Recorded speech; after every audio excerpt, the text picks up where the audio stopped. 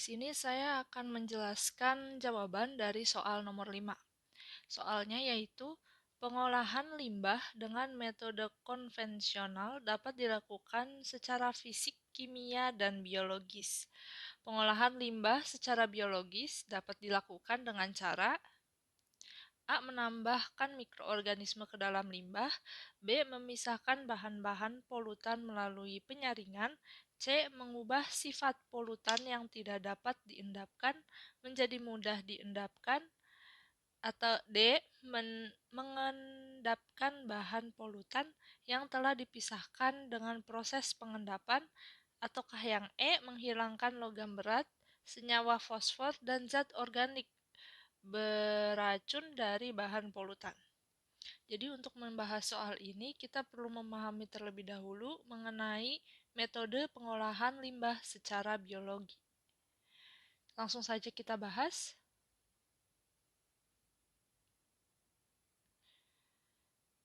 Menurut Menperindak itu adalah Menteri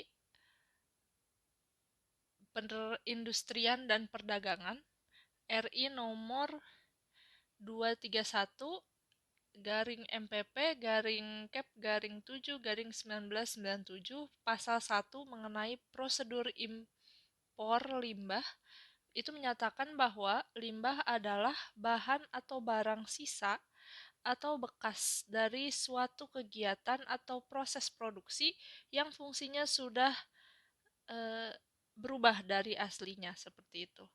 Apabila berdasarkan wujudnya, limbah dikelompokkan menjadi limbah padat, limbah cair, limbah gas, serta limbah suara.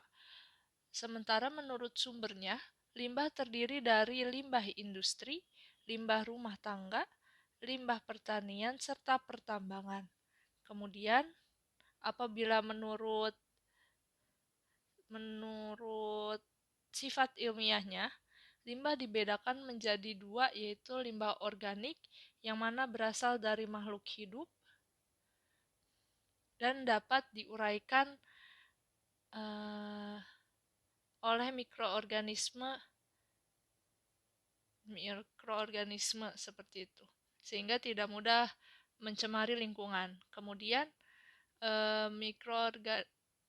Kemudian kalau sampah organik ini apabila diolah akan menjadi pupuk yang dapat menyuburkan tanaman.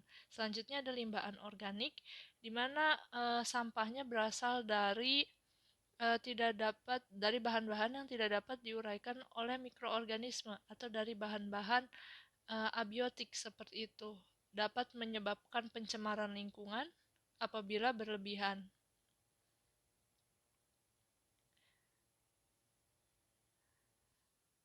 Khususnya pada tanah di tempat limbah tersebut akan sangat tercemar apabila banyaknya limbah anorganik yang menumpuk seperti itu.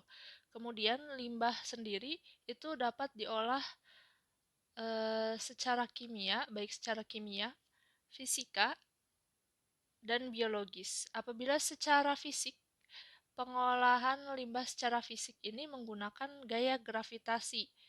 Jadi partikel akan mengendap sesuai dengan berat jenis yang dimiliki. Maka tidak menggunakan reaksi kimia apapun, tapi hanya menggunakan gaya gravitasi agar memisahkan padatan dengan yang ada di larutan seperti itu, agar pengolahan limbah selanjutnya lebih mudah. Kemudian pengolahan secara kimiawi ini padatan yang tersuspensi memerlukan waktu yang lama untuk mengendap. Jadi untuk melakukan pengolahan limbah secara fisik itu terlalu lama, maka ditambahkan koagulan. Koagulan ini berfungsi untuk memperbesar densitas padatan yang ada sehingga membentuk vlok-vlok yang lebih besar dan mudah mengendap. Selain itu, penambahan koagulan juga akan menghilangkan gaya antar partikel, sehingga jarak antar partikel semakin dekat dan akan terjadinya pengendapan lebih mudah seperti itu. Koagulan biasanya dipilih dari senyawa yang memiliki daya ngembang besar dan volume yang kecil agar mampu menyerap dapat menyerap partikel-partikel padatan seperti itu. Kemudian yang ketiga secara biologis yaitu mengolah limbah cair dengan kandungan utama bahan organik. Jadi bahan-bahan organik ini bahan-bahan organik rantai panjang ini akan diuraikan oleh mikroorganisme menjadi senyawa yang lebih sederhana atau memiliki senyawa organik rantai pendek seperti itu. Untuk biologi sendiri dibagi ke dalam dua, aerobik dan anaerobik. Aerobik ini menggunakan mikroorganisme yang membutuhkan oksigen. Kemudian untuk anaerobik ini menggunakan mikroorganisme yang melakukan fermentasi seperti itu atau tidak membutuhkan oksigen.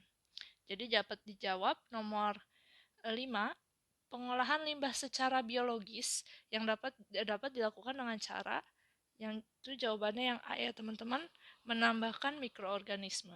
Sekian.